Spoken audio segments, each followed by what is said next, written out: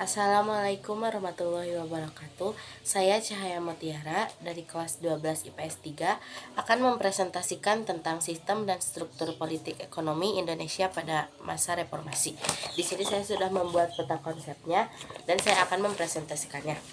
Masa akhir Orde Baru, krisis moneter, politik, hukum, dan kepercayaan. Krisis moneter Asia pada tahun 1997 menyebabkan nilai rupiah anjlok. Kebijakan IMF gagal mengatasi krisis dan malah memperburuk ekonomi.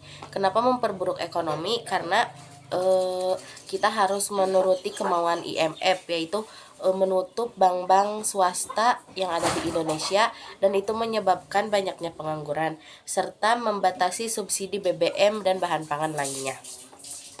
Krisis ekonomi berkembang menjadi krisis politik dan krisis kepercayaan, dan hal-hal itu semua memicu gerakan reformasi. Lanjut ke tuntutan dan agenda reformasi. Menuntut penghapusan KKN dan penegakan hukum, menuntut demokrasi, kebebasan berpendapat, dan pembatasan kekuasaan presiden, bertujuan menciptakan pemerintahan yang adil dan bersih. Nah, dari sini kita lanjut ke perkembangan politik dan ekonomi di era presiden-presiden. Yang pertama ada era B.J. Habibie tahun 1998 hingga tahun 1999.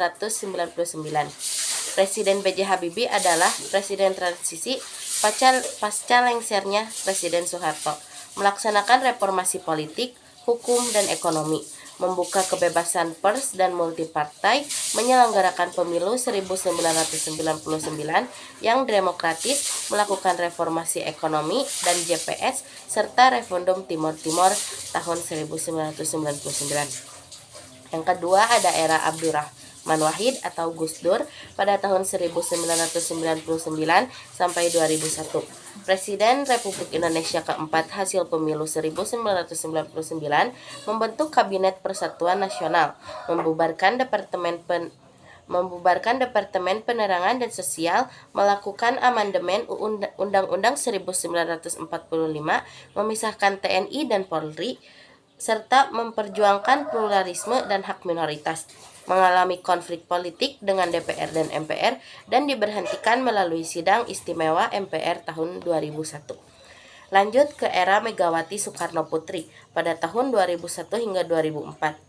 Presiden kelima ini menggantikan Abdurrahman Wahid dan membentuk kabinet gotong royong, melanjutkan reformasi hukum dan pemerintahan, amandemen Undang 1945 dan pemilu langsung, serta menjaga stabilitas ekonomi pasca krisis, menetapkan otonomi daerah, membentuk KPK dan UU Tipikor. UU Tipikor itu adalah Undang-Undang Tindak Pidana Korupsi.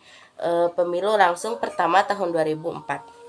Selanjutnya, era Susilo Bambang Yudhoyono tahun 2004 sampai 2014. Presiden pertama hasil pemilu langsung, membentuk Kabinet Indonesia Bersatu, fokus pada pengentasan kemiskinan dan pengangguran, menjalankan BLT, BOS, dan jaminan kesehatan. Menangani konflik Aceh, Poso, dan Papua melalui dialog, terpilih kembali pada pemilu 2009. Lanjut pada perkembangan iptek di Indonesia. Perkembangan iptek diarahkan untuk mendukung pembangunan nasional dan kesejahteraan rakyat. Pemerintahan mengembangkan teknologi di bidang industri, strategis, komunikasi, transportasi, dan pertanian. Ilmu pengetahuan dan teknologi dimanfaatkan untuk meningkatkan efisiensi kerja dan mempercepat modernisasi meskipun menimbulkan dampak sosial dan budaya. Cukup sekian presentasi dari saya. Mohon maaf apabila banyak kesalahan. Wassalamualaikum warahmatullahi wabarakatuh.